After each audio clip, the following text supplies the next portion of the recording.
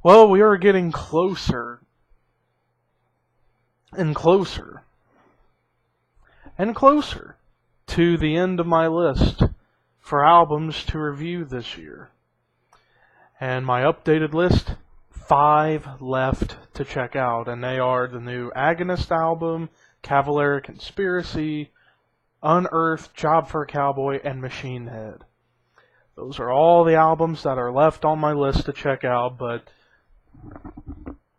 there will be another review coming later tonight. And that is the review of the brand new Exodus album, Blood In, Blood Out. And that should be exciting to check out and review.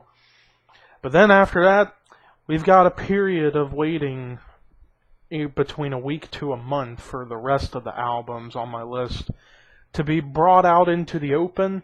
And then once December comes, December and the beginning of December, the top 20 with 5 honorable mentions. So it's practically a top 25 list. Top 25 albums of 2014. That video will be coming in December. But as you see in the top below, this is the review of the brand new Melvins album, Hold It In. Now, for those who don't know who the Melvins are a metal band from Seattle.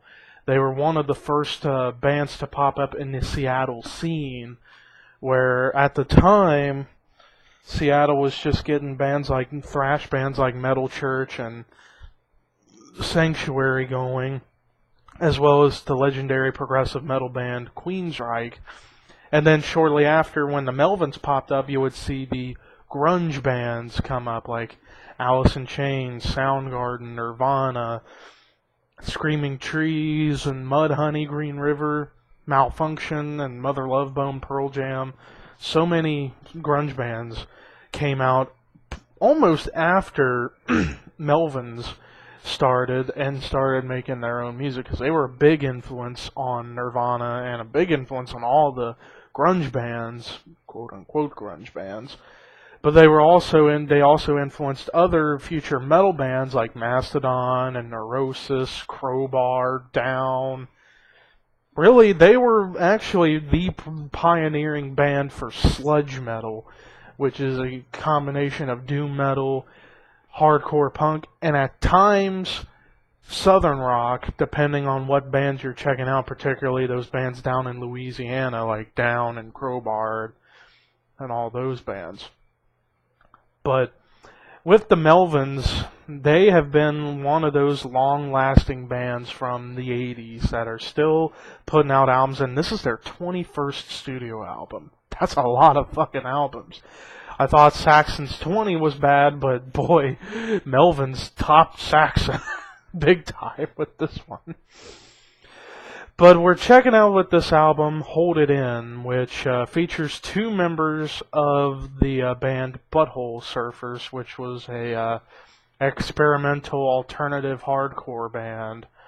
And the members that they got were Paul Leary on guitar, second guitar, and J.D. Pincus on bass. And both of those members share lead vocal duties with the head honcho of the Melvins, King Buzz Osbourne.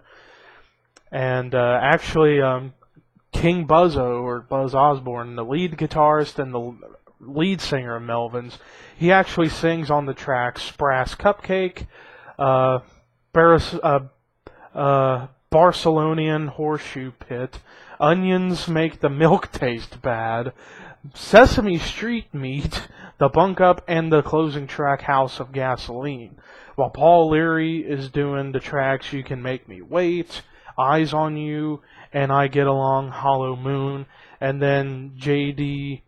Pincus sang on the songs Bride of Frankenstein, 9 Yards, and Pistofferson. But weird song titles, I know that, but it's just how the Melvins are. But let's get into the review, shall we? So we kicked off the album with the song Bride of Frankenstein with J.D. Pincus on vocals, and I have to say it was a very great opening track. It was an under 3-minute song, which is unusual for a slower styled band like the Melvins, But the Melvins have always been able to construct short songs that are slow-paced or mid-paced and make them very, very well, I should say. They craft them really well. And that song was a perfect example of that. The song You Can Make Me Wait, and actually also, though that track along with Eyes on You and I Get Along Hollow Moon, the tracks that Paul Leary sang on, I'm going to be honest, I mean, they were good songs, but I wasn't 100% sold on those songs because I just thought Paul's voice was kind of meh to me at times, but that's just my opinion. But the songs Brass Cupcake, Barcelonian, Horseshoe Pit, and Onions makes the milk taste bad. All three of those songs, which were some of the longer tracks, with Brass Cupcake being 3.5, Barcelonian Horseshoe Pit being nearly 4.5, and Onions make the milk taste bad at 5. Brass Cupcake was a great, heavy song that really got me going. The Barcelonian Horseshoe Pit was more of a drone song. Creepy, but a good song. And it was a good song. But it was very drone metal based. I mean, but Melvins have always had a bit of an element of drone in their music, especially from the 90s, their 90s work. But Onions Make the Milk Taste Bad, which was 5 minutes, one of the third longest song of the album. Wow, that song like knocked me on my ass, practically. The song Eyes on You, like I said, it was a weaker track, but it was still a good song. But Sesame Street Meat, one of my favorite tracks of the album. It was an ultra heavy, sludgy song that just really got my gears going perfectly. And that song, it just had heavy riffs, great musicianship. It was just a well-crafted track.